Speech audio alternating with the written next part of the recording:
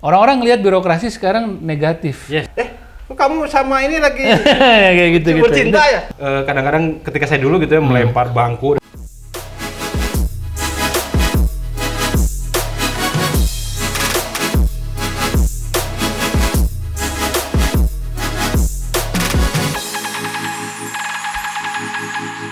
Baik, assalamualaikum warahmatullahi wabarakatuh. Salam sejahtera, salam proaktif. Aspi DPD Jabar, ngobrol dong, karena ngobrol itu emas. Bro, alhamdulillah nih kita ketemu lagi di ini podcast yang kesekian kali ya. Betul. Dan betul. Alhamdulillah. Kita akan perpanjang penyebaran sebuah kemanfaatan. Nah, Kang Tommy tentunya udah kenal. Saya manggilnya bisa Bro Tom, bisa Kang Tom gitu ya. Tentunya seorang akademisi. Betul. Beliau mengajar di sebuah universitas tertinggi ya, bintang 7 mungkin. Dan tentunya termasyur ya. Dan tentunya dari sisi akademisi beliau sudah punya experience yang luar biasa. Nah, edisi kali ini tentu kita akan bicara tentang banyak hal yang kaitannya dengan komunikasi organisasi mungkin Bang. Komunikasi organisasi. Nah, ini kita akan model bedah buku. Semoga bedah buku ini tentunya banyak memberikan sebuah kemanfaatan yang lebih besar gitu ya, dosen dan tentunya saya sebagai Kang Cup praktisi experiential learning kan ya. Jadi sangat nyambung dengan bedah buku kita kali ini ya, topik karena, kita ya. Betul, karena saya praktisi, artinya praktisi lebih tidak membedakan antara praktisi dan akademisi. Tapi ini buku apa nggak ya? Karena kita udah vaksin ya. Sudah terswab, saya sudah keliling-keliling Indonesia dan saya bosan dicolok-colok hidungnya, jadi insya Allah kita aman gitu, kita buka agar lebih terdengar dengan jelas ya kawan-kawan. Oke. Nah, Bro Tom, ya. Kita akan bicara tentang komunikasi kali. Saya pernah teringat gini ya, karena saya juga selain praktisi expert learning, saya juga praktisi NLP, Neuro Linguistic Program, dan mungkin guru kita sama ya. Darmawan Aji gitu. Jadi di Mas NLP itu ada sebuah proposition, ada kurang lebih 13. Betul. Salah satunya adalah human cannot no communicate. Artinya semua manusia harus berkomunikasi kali ya. Jadi kalau kita bicara tentang komunikasi, memang kita butuh apa gimana ya kira-kira? Betul Kang. Kebetulan kita obrolan kali ini kita punya landasannya lah. Yes. Ya, buku ini ya. Dari Morrison, orang Indonesia, kebetulan namanya aja PhD loh kan? PhD dia, dosen juga. Dan kita pilih buku ini yang mungkin paling ringan di antara buku-buku tebal lainnya. Sederhana gitu ya. Bukan promosi, tapi memang buku ini bisa dibaca, memang ada kelemahan dan kelebihan. Nanti kita bahas sedikit mungkin Kang tentang buku ini, dan enaknya kita ngobrolnya ada sumbernya, bukan hanya kita cuap-cuap saja. Buku ini ada 10 bab kebetulan, Kang Cup dan teman-teman audiens. Otomatis biasanya bab pertama pendahuluan, lalu sampai ke bab ke-10. Biasanya buku-buku kayak gini dibuat untuk bahan ajar juga di kelas. Jadi punya 10 bab itu untuk chapter-chapternya. Tapi kali ini karena cukup panjang, Kang Cup, mungkin saya cuma ingin bahas sekitar 3 sampai 5, nanti kita lihat. Paling intinya tapi ada 3 bab. Yang paling penting, yang pertama itu birokrasi organisasi. Bagaimana sebuah organisasi atau asosiasi perlu namanya birokrasi. Kedua ada yang disebut nanti yang penting nih, kita ambil yang penting informasi organisasi, lalu interaksi organisasi, dan terakhir yang bab ke-10 memang walaupun bab terakhir tapi dia memang penting. Itu budaya organisasi, Kang. Bagaimana menciptakan organisasi yang berbudaya baik sesuai walaupun latar belakangnya cukup banyak. Walaupun 10 tadi sekali lagi, tapi kita cuma bisa bahas 3 atau 4 mungkin di podcast kali ini. Kita saring gitu ya. Nah, nanti kita lihat aja inti saring. Santannya itu betul, ya. Betul. Nah, betul, tadi ya saya akan bicara tentang definisi dulu. Komunikasi itu. Jadi komunikasi itu pasti ada komunikator dan ada komunikan. Betul. Dua arah. Ada 2 arah ya. Jadi di dalam saya terdengar gini. Jadi komunikasi itu sebuah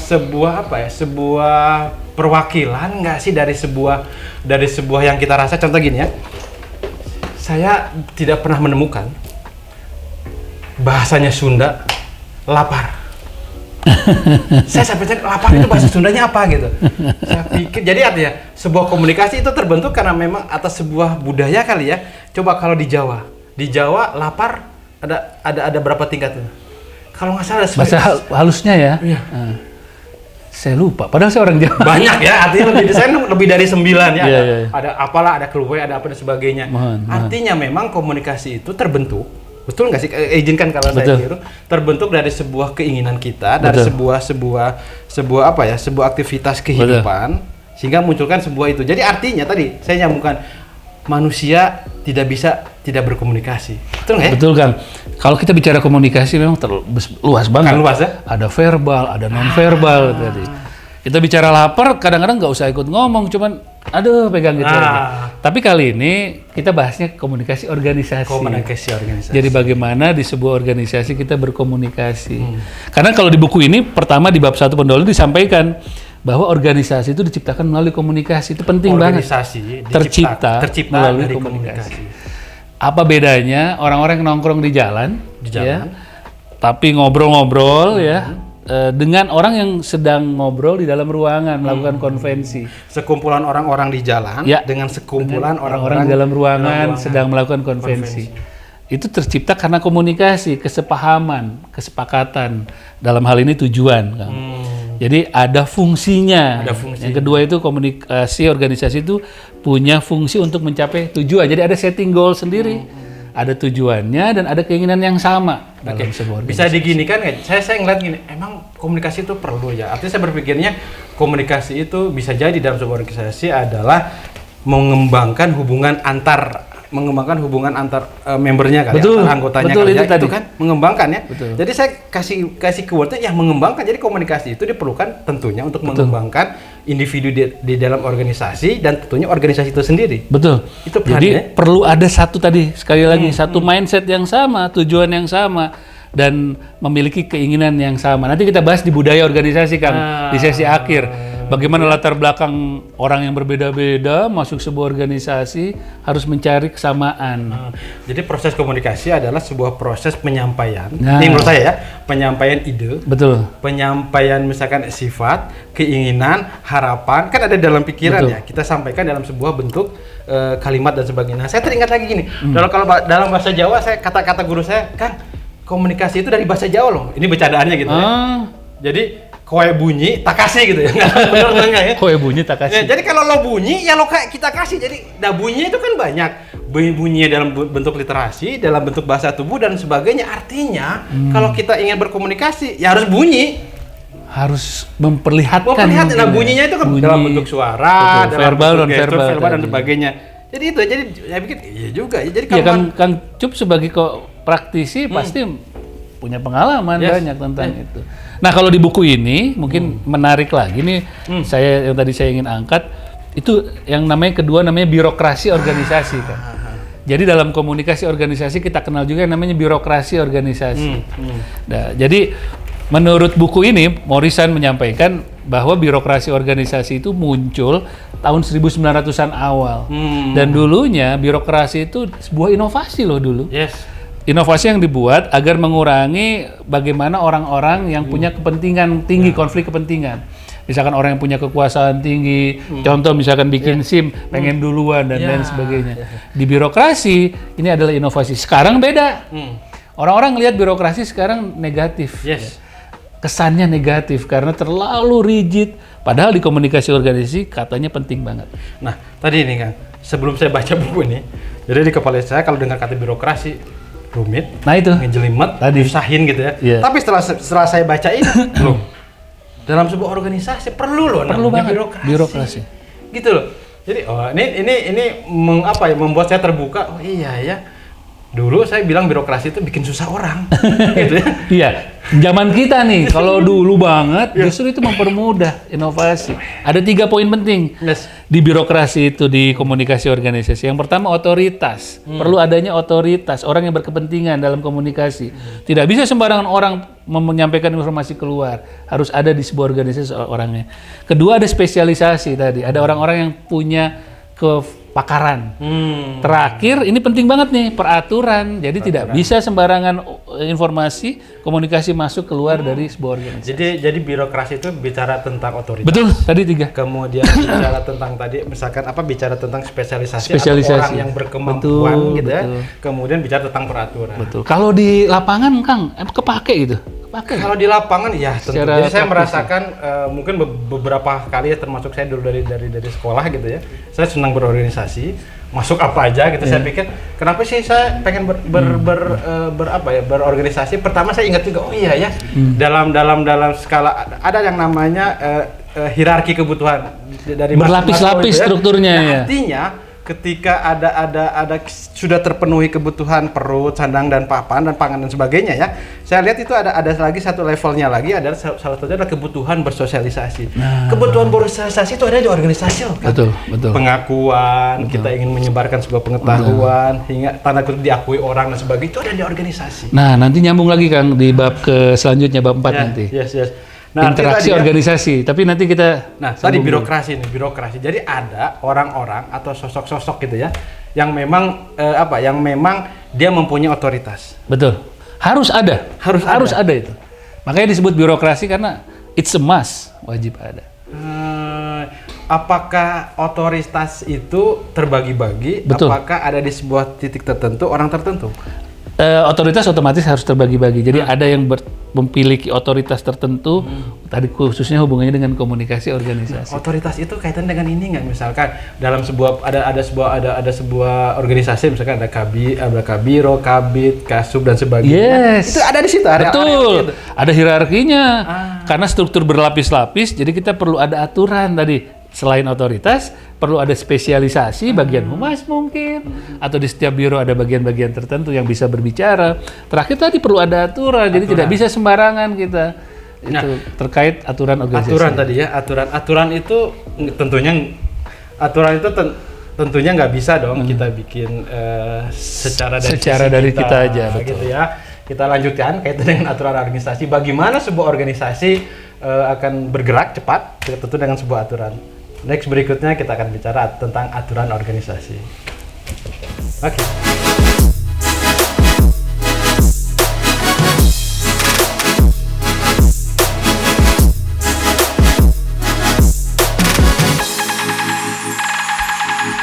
Oke, menarik tuh bahwa di buku ini dicantum.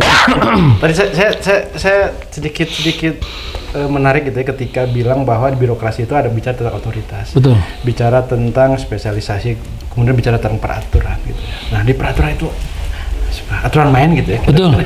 Aturan main yang disepakati oleh masing-masing. Makanya muncul kalau di organisasi, asosiasi ada anggaran dasar, anggaran rumah tangga dan peraturan organisasi gitu. Yang kita bikin ya. Itu menarik Kang terkait itu ada lagi di chapter ini sebenarnya selipan sedikit tentang informasi organisasi. Betapa pentingnya informasi ini diatur dalam sebuah organisasi. Ya seperti ini dia ya. Organisasi itu dalam lingkungan informasi sebenarnya, atau kebalikannya informasi digunakan dalam lingkungan organisasi, karena ada yang sifatnya perlu diketahui internal, tapi ada juga yang perlu diketahui eksternal. Gitu. Oke. Menarik kan untuk informasi organisasi ini. Jadi tidak ada. Jadi ketika sebuah informasi itu tidak untuk serta merta gitu ya disebarkan konsumsi untuk orang banyak, tentunya memilah-milah mana internal dan mana untuk eksternal gitu. Betul. Ya. Di buku ini juga dibahas ada ketidakpastian tentang informasi. Jadi bagaimana organisasi atau asosiasi, kalau kita bicara asosiasi, itu perlu memastikan dulu informasi yang ada ya. Karena ketidakpastian informasi itu berbahaya. Zaman sekarang hoax untuk para anggotanya gitu. Betul, ya. Untuk para anggota. Dan tadi saya berpikirnya informasi yang tidak punya kepastian artinya kan bisa banyak multitafsir, bisa setiap anggota bisa juga menerjemahkan bahasa informasi itu kan. Ketidakpastian itu bisa bermakna ganda nantinya untuk setiap member atau setiap organisasi kan. Nah, tadi ini di sini di buku itu bahwa organisasi harus mampu mengurangi ketidakpastian sebuah informasi. Harus informasi. Nah, sebetulnya tadi ya, yang punya sebuah wewenang atau yang punya sebuah kuasa gitu untuk memberikan sebuah informasi itu ada otoritasnya. Harus ada orang-orangnya memang. Tapi tidak juga nanti kita bahas di budaya, sekali lagi di sesi terakhir budaya organisasi penting banget. Karena nanti akan ada model-model skema-skema manajemen organisasi. Ya nanti kita bahas, tapi nanti terakhir.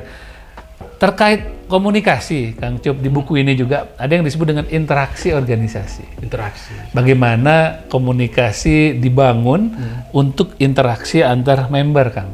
Jadi interaksi itu hubungan sesama anggota, sesama organisasi lain, baik itu organisasi profit dan non profit. Ada 4 nih di sini.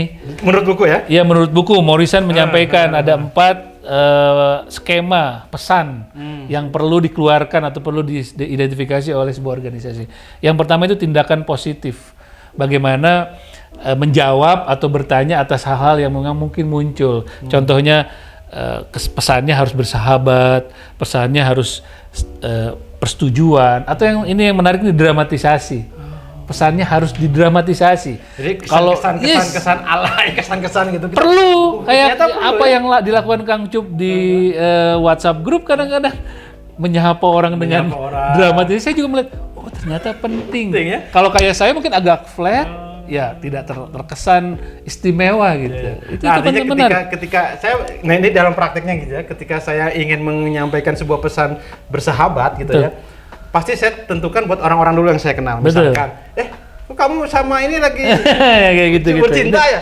Nah saya langsung pasti tunjukkan sama orang yang saya yakini is fine gitu ya. It's fine. Tapi jangan sampai ketika saya berkelakar atau bercanda hal-hal yang sensitif gitu ke orang yang keliru gitu. Tapi ternyata di buku ini dibahas menghidupkan organisasi. Jadi kalau flat juga tidak terlalu bagus. Jadi orang-orang alay gitu perlu kali ya di organisasi untuk dinamikanya jadi lebih jangan seru. Alay juga lah ya. Kalau kesannya alay nanti pakai rantai. Kalau formal tuh saya pikir gini, pengalaman saya kayaknya di dalam organisasi kalau orang-orangnya, karena pertama kan saya yang saya ikuti adalah bukan organisasi militer gitu yang hirarkinya jelas gitu ya. Nah, organisasi yang saya ikuti adalah organisasi yang tadi nanti akan dibahas kali. Saya suka di budaya organisasi nanti kaitan dengan organisasi yang partisipasi aktif. Saya seneng banget gitu. Betul. Nanti di sesi terakhir ini pamungkasnya karena karakternya beda-beda kan. Saya dari akademisi, Kang Cup praktisi experiential learning, ada dari tour leader guide kan muncul. Dan serunya gitu di asosiasi kita gitu ya. Itu kan heterogen ya. Betul. Ada ASPI ya ini Kang. Itu ya. Orang-orangnya banyak dengan perilaku yang luar biasa, banyak juga gitu dengan orang pasti peterjun. Dan saya mengaku gini, saya selalu menghargai sebuah pengalaman orang yang saya pasti yakinkan dia pasti berbeda dengan saya ketika melihat sesuatu ya. Betul. Nah artinya tadi Kang di buku itu kan tadi ada tindakan bahwa interaksi itu ada tindakan yang positif, kedua, upaya jawaban. Jadi memang ada juga organisasi yang perlu memberikan upaya jawaban terhadap sebuah informasi.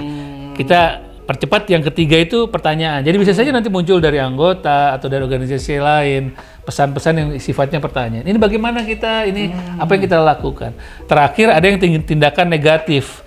Tindakan negatif bukan berarti negatif pesannya ya, tetapi tidak persetujuan. Oh jangan melakukan ini atau tidak harus melakukan itu, dan itu perlu dikonter juga nantinya oleh otorita tadi yang berkepentingan. Berarti tadi jadi fungsi otoritas juga ya perlu ya ketika untuk menangkal sebuah tindakan-tindakan tadi ya, tindakan-tindakan dari para anggota yang misalkan tidak setuju seperti, tapi kan tidak setuju juga dalam organisasi fine-fine aja kan. Asalkan, tapi saya ada catatan tuh asalkan. Jadi ketidaksetujuannya dia ada sebuah alasannya dan frame-nya tetap satu tujuan tadi, satu keinginan, walaupun memang berbagai keinginan mungkin tapi nanti keinginan utama tujuan itu. Jadi saya ingat juga ya ketika interaksi perilaku negatif gitu ya, ketika saya dalam sebuah organisasi, ketika misalnya saya rapat besar dan sebagainya, di dalam sebuah ruangan kita kadang-kadang berlawanan gitu ya, berdebat. Betul. Dan mungkin tanda kutip gitu, itu jangan diikuti juga. Kadang-kadang ketika saya dulu gitu ya melempar bangku dan sebagainya, itu perilaku. Tapi visinya kita sama gitu, bahwa kita ingin memajukan organisasi itu. Ada gaya yang seperti itu memang. Nah, tapi ketika di luar, bro kita bersahabat udah. Nah, itu kan positif. Kita bicara organisasi. Itu positif banget. Dan organisasi pasti teman-teman setuju ya bahwa organisasi yang kita jalani ada sebuah organisasi yang akan memajukan diri kita secara individu. Individu berkembang, dan saya yakin kelompok juga organisasi. Betul. Karena satu tadi mindset. Nanti kita bahas lagi di budaya organisasi itu bagaimana setiap individu harus punya visi yang sama tadi untuk membuat sebuah visi organisasi. Di sini Kang di interaksi organisasi juga membahas kenapa perlu ada interaksi organisasi terkait komunikasi, karena ada 6 masalah, tapi kita singkatkan saja 6 masalah yang penting yang perlu dieliminir, dikurangi. Yang pertama itu masalah komunikasi terjadi jika setiap anggota tidak saling share informasi, disimpan aja buat diri sendiri, itu paling bahaya. Gitu. Betul. Dan ada juga yang ada organisasi yang tidak memiliki evaluasi. Jadi apa yang sudah kita lakukan nih itu salah juga. Masalah akhirnya perlu dievaluasi setiap beberapa. Mungkin karena singkat waktu ya. Tadi yang ketiga masalah pengawasan perlu ada. Terus apabila ada keputusan penting perlu disepakati. Terus ada ketegangan nih yang paling penting nomor 5. Ketegangan itulah bumbu, Kang. Yes. Ketegangan itu perlu sedikit, ya. Tapi itu untuk membuat bumbu organisasi semakin berseni lah, ada rasanya. Nah, terakhir masalah kesatuan. Jika perasaan kita tidak muncul, hanya perasakan aku, itu bisa masalah. Nah, interaksi organisasi akan mengeliminir itu. Ya, tadi saya senang ketika bicara tentang ketegangan gitu ya. Betul. Ketika organisasi. Nah, itu di mana kalau di lapangan? Nah, kalau di lapangan, saya ketika di lapangan menerjemahkan sebuah ketegangan adalah ketika karena saya juga praktisi olahraga alam bebas gitu ya. Saya outdoor. Menginikannya kan ketika di Arung Jeram itu buat saya menantang gitu ya, dibandingkan dengan sungai. Ada yang gayung kiri itu, gayung kanan. Kalau sungai yang flat gitu, kadang-kadang kita tunduk gitu ngantuk. Betul. Tapi ketika dapat tantangan challenging Arung Jeramnya besar, betul. Itu saya bilang, kenapa ketegangan itu yang membuat kita mengeluarkan semua effort emosi kita, intelektual kita gitu ya, fisik kita untuk melakukan, akan keluar gitu. Kejar kesana. Tapi kalau flat ya gitu-gitu aja. Nah, makanya saya bilang senang tuh ketika dinamikanya terjadi, ada sebuah ketegangan, tapi saat ketegangan itu memang berdasarkan bahwa kita punya visi yang sama untuk membentukkan sebuah organisasi. Ingin sampai ke tujuan kalau tadi Arun. Iya, sebenarnya yang kedua nih, Bro. Saya tentang kesatuan. Saya bayangkan gini ya. Ketika kita jadi dalam sebuah kapal laut gitu ya. Kemudian saya juga berada di kapal laut yang lain gitu ya. Saya berpikir apakah saya akan fokus memajukan sebuah kapal yang itu sementara saya ada di 2 kaki. Jangan sampai pindah kapal tadi. Nah, karena saya bilang nih, karena saya terdidik oleh mencintai sebuah organisasi dengan korsanya gitu. Bahwa saya ingat kata kawan saya, kata guru saya, kemudian saya ada di sebuah olahraga bela diri gitu ya. Dia bilang, kalau kamu ingin bertarung, kalau kamu ingin menang, kamu harus cintai dulu olahraganya dan kamu harus cintai organisasi itu katanya. Saya bilang ini. Jadi jangan terlalu banyak hatinya itu pindah-pindah. Itu ada susah untuk organisasi bergerak gitu ya. Nah, terakhir ini untuk sesi ini mungkin sebelum kita pindah ke sesi pamungkas, kita punya ada sistem manajemen, Kang, di organisasi. Di buku ini juga bab 7 dia tepatnya. Sistem manajemen organisasi komunikasi. Ternyata ada 4. Yang pertama itu eksploitatif otoritatif. Manajemen menggunakan rasa takut berlebihan agar anggotanya ikut. Yang kedua, benevolen otoritatif. Terbentuk atas kesukaan saja. Oh, saya pengen ngegerakin tapi yang ini saja yang ngerjain nih. Itu otoritatif tapi yang pilih-pilih. Yang ketiga itu konsultatif. Konsultatif, setiap pimpinan atau manajemen bertanya dulu, boleh nggak kita melakukan ini? Terakhir, yang kayaknya paling cocok nih sebenarnya, partisipatif. Peluangnya sama dengan manajemen, bagaimana kita melakukan pengambilan keputusan itu bukan hanya konsultatif, tapi dimunculkan juga dari bawah. Mungkin kita lanjut nanti. Penasaran dengan sistem manajemen dalam berkomunikasi organisasi dan budaya organisasi? Kita tunggu berikut.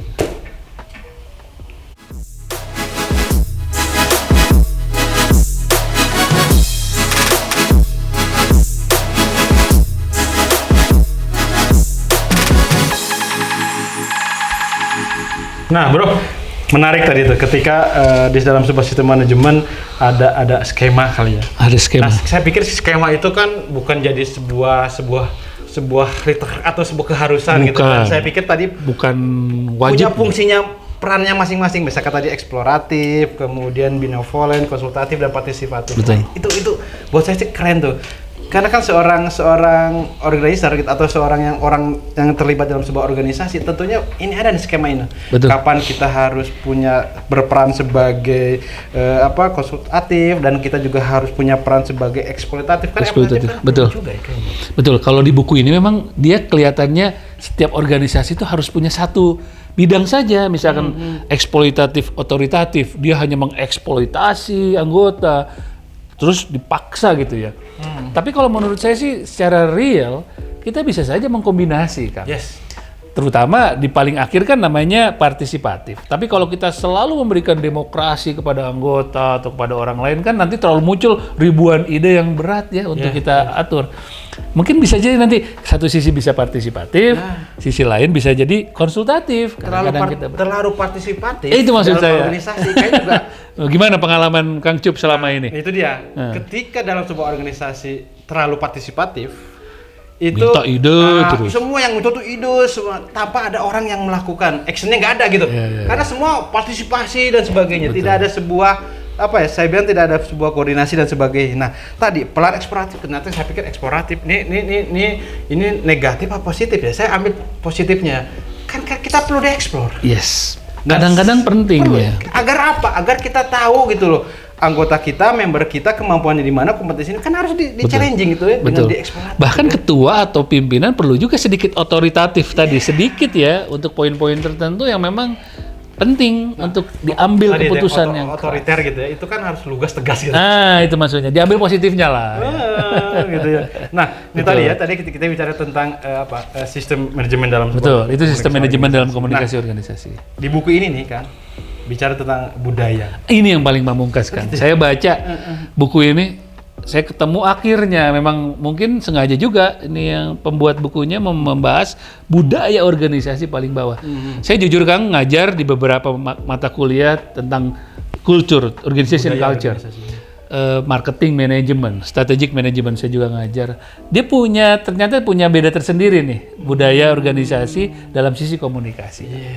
Ternyata punya berbeda. Ada 4 kategori Kang kalau di sini disampaikan. 4 plus 5 ya. Ada yang disebut dengan ritual. Jadi organisasi perlu punya ritual. Mungkin di beberapa asosiasi punya ritual menyampaikan selamat ulang tahun. Itu ritual kan? Atau pagi-pagi seperti apa, weekend seperti apa. Lalu ada passion, ada sosial, ada politiknya katanya, dan terakhir ada enkulturasi. Ya bagaimana menggabungkan dengan yang lain gitu Kang. Itu memang kira-kira penting nggak sih Kang? Kalau menurut Kang Cup, ini kan berdasarkan buku. Budaya organisasi ini penting nggak? Saya berkali-kali karena saya praktisi tadi experiential learning, saya buat sebuah budaya organisasi dalam perusahaan. Saya ganti perusahaan ya? Kegiatan gitu. Komersial ya? Inisiatif. Nah, kenapa penting? Karena gini ya. Kayak kita udah punya juga sih bro di ASBI gitu ya yang namanya tadi salam proaktif. Kita punya tuh. Ini kita apa tuh ada profesional. Kepengurusan kita ya? Di 2021-2025. Nah di tes nih, pro-nya apa? Profesional. Oke. Profesional. Adaptif. Atau lagi kolaboratif. Lulus nih, bro ketua lulus. Nah artinya kalau kita pegangan itu kita harus profesional nih. Betul. Nah artinya kalau saya ketika pengalaman budaya organisasi ada do and dance-nya bro.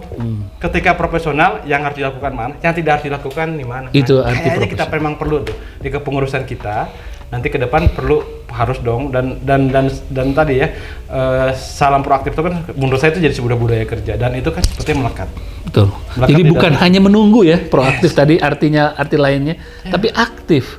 Selain punya tadi profesional, adaptif dan kolaboratif. Nah tadi ya. Nah di buku ini juga Kang ada 3 kelompok katanya dalam sebuah budaya organisasi. Yang pertama itu katanya ada individualisme, kolektivisme. Jadi memang akan ada orang-orang kayak Kang Cup yang punya karakter keahlian yang spesifik. Saya misalkan di akademisi. Tapi perlu ada kolektivisme gitu di antara organisasi. Budaya-budaya pribadi, tadi individual. Nah, itu maksudnya. Kemudian kita kolektifan gitu ya. Kita satukan jadi sebuah budaya organisasi. Betul. Gitu ya? Betul. Jadi nanti ada juga muncul budaya yang misalkan hanya ingin individunya saja, individualisme tadi. Yang dimunculkan adalah figur-figur Betul. individual. Jadi kalau lihat dari kutub utara, kutub selatan atau kiri dan kanan, individualisme itu di kiri, misalkan kolektivisme di kanan. Kadang-kadang kita juga perlu di tengah-tengah, tidak bisa kita hanya kolektif aja, kata buku seperti itu. Yang kedua pemahaman diri. Pemahaman diri ini karena translasan dari bahasa Inggris biasanya jadi agak beda nih maknanya. Tapi sebenarnya pemahaman diri ini dilihat dari 2 kelompok lagi Kang. Independen sama interdependent. Independen itu orang yang melihat dirinya bebas. Orang biasa di alam bebas kan, pengennya kumaha aku gitu. Kumaha aing lah kalau bahasa Bandung mah ya. Hidup gue. Hidup gue gitu. independen. Sedangkan ada sisi kanan interdependen.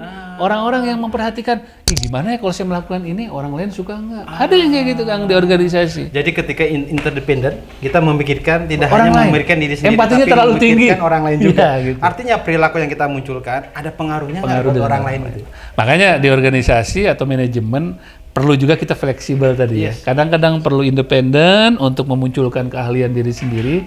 Kadang-kadang juga perlu memikirkan. Jadi jangan juga di ujung kiri dan ujung kanan. Gitu. Terakhir Kang ada namanya gambaran diri. Ada orang kelompok yang memang hanya ingin memperlihatkan dirinya saja. Oh, aku pengen menunjukkan diriku misalkan di organisasi. Saya sebagai apa. Tapi di sisi kanan ada orang yang tidak. Justru malah dia terlalu menutup diri, hanya ingin organisasinya yang muncul.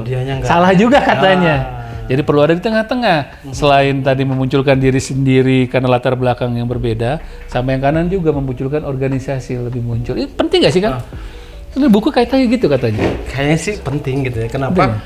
Tadi saya bilang dalam sebuah organisasi, terutama organisasi kita kan, betul. Gitu, yang pasti ada dong. Yang latar belakangnya kita beda-beda. Pasti orang-orang yang tadi yang masuk ke dalam 3 kelompok ini pasti ada. Betul.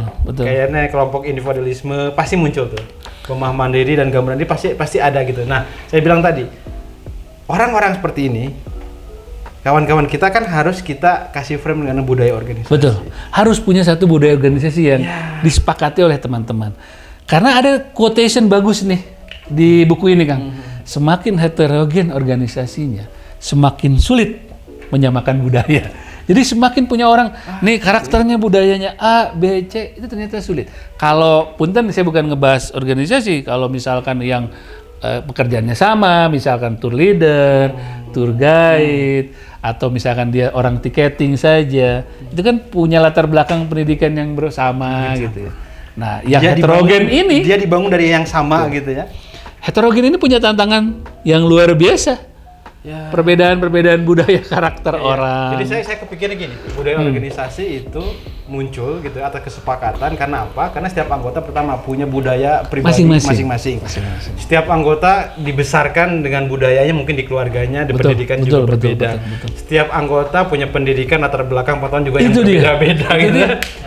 Penting. Ada 4 katanya yang perlu disatukan menurut buku lagi. Dan 4 ini hal ini sulit katanya kata Morrison. Morrison dia ngutip dari sumber lain tapi tidak perlulah kita sampaikan di sini. Pertama katanya partisipasi yang sama. Sulit Kang. Budaya organisasi bagaimana cara kita membuat partisipasi yang sama? Misalkan Kang Cup aktif, saya kurang. Agak sulit tuh untuk menyamakan partisipasi setiap anggota katanya. Yang kedua, keputusan.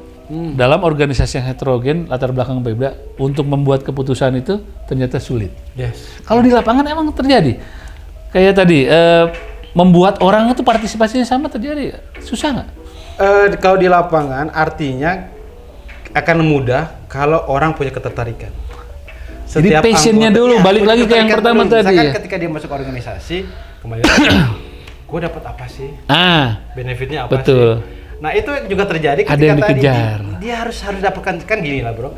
Kita hidup gitu kan ingin mencapai sesuatu, ingin menginginkan sesuatu, dan organisasi, orang masuk organisasi terfasilitasi nggak itu? Betul. Walaupun kita sebagai pengurus gitu ya, juga tidak bisa juga memfasilitasi semua, tapi ada sebuah kanal-kanal yang kita buatkan biar itu kanal tadi. Nah, misalkan orang yang suka dengan praktisi gitu ya, dibuatkan. Orang yang suka udahlah yang penting aku berbisnis, ya siapkan juga. Orang yang suka sharing lead bang. Siapkan juga gitu kan artinya. Orang-orang pengembangan. Itu. Sehingga tadi saya berpikir gini, setiap saya masuk organisasi, teman-teman gitu ya, dia akan mencari sebuah organisasi yang pertama, gue harus dapat pengakuan dong.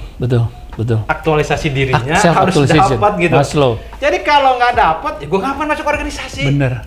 Gitu. Jadi asa hambar gitu ya. Ada poin ketiga nih Kang. Konflik ternyata penting di organisasi.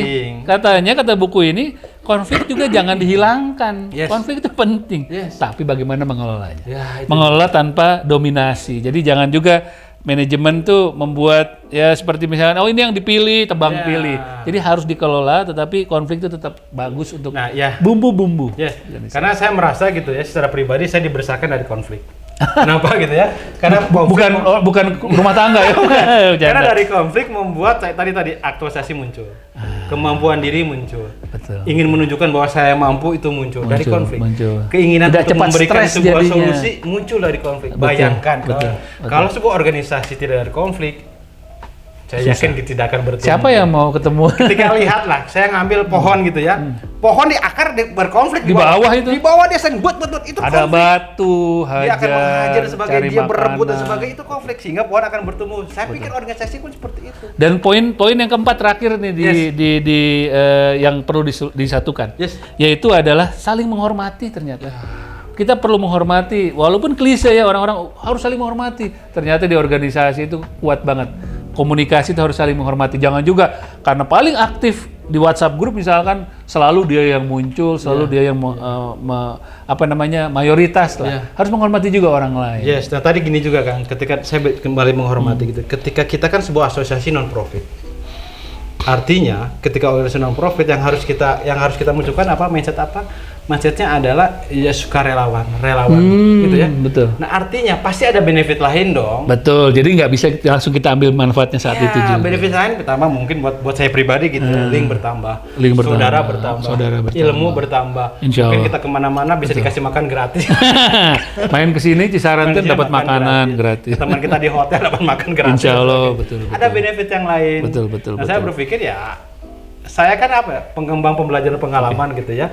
Jadi artinya sebaran-sebaran itu kita akan dapatkan ketika kita menyebarkan sebuah pengetahuan. Terakhir Kang, di budaya organisasi ini, ternyata kata Morrison ini kunci penting yang saya tulis di bawah. Kunci penting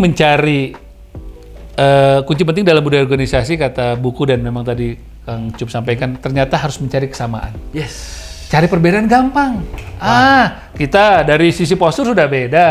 Tapi ternyata mencari kesamaan dari sebuah organisasi itu sangat penting. Setelah kita menemukan kesamaan, biasanya lebih mudah untuk menjalankan organisasi, menentukan tujuan dan menentukan keinginan yang sama. Itu kan budaya organisasi yang paling penting. Jadi budaya organisasi adalah sebuah skema atau sistem bagaimana kita menyamakan kesamaan tadi gitu, mencari kesamaan dan itu ada di budaya organisasi. Nanti kita bahas lagi terakhir rekap ya. Kita akan bahas lagi terakhir kaitannya dengan kedepannya, kemudian apa sih fungsi-fungsi komunikasi organisasi buat sebuah organisasi. Betul, secara realitanya. Dan kita akan tunggu di berikutnya.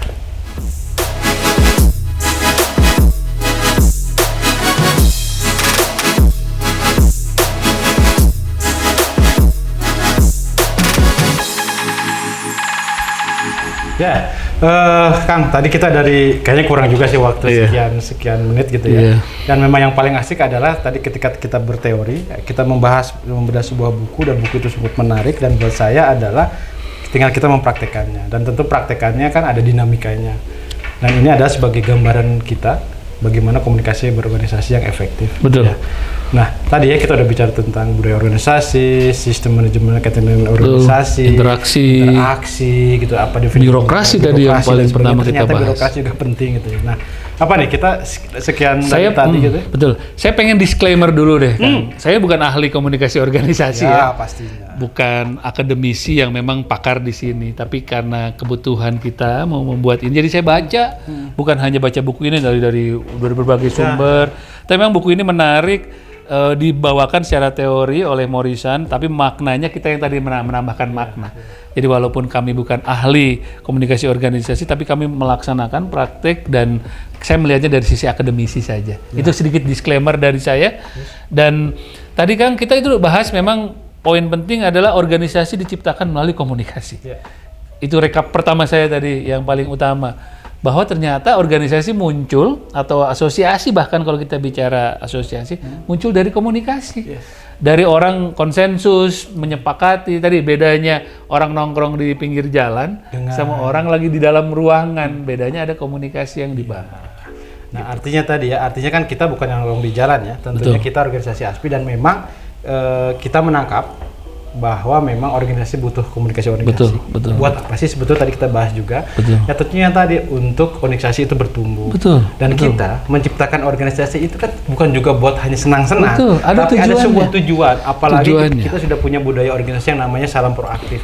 Dan itu guiding. Buat saya itu pegangan saya juga merasa salam proaktif ini adalah budaya. Makanya kita temulah buku ini. Dan buku ini memang dari sekian buku kenapa jadi pilihan ya sederhana aja. Sederhana. Kita bunda mau bahasnya dan lebih enak kita untuk mempraktekannya dan yang pasti adalah tadi setelah teori kan ya kita harus fight untuk bagaimana membangun organisasi ASPI terutama DPD Jabar untuk menjadi selangkah ke depan dan tentunya tadi ada sebuah program-program yang kaitannya kebermanfaatan buat member kita. Betul Kang. Gitu ya, Kang. Yang ketiga atau mungkin yang ketiga kita bahas 4 aja mungkin ya rekapnya. Yang ketiga komunikasi organisasi menurut saya rekapnya adalah menciptakan pola kehidupan organisasi. Kang.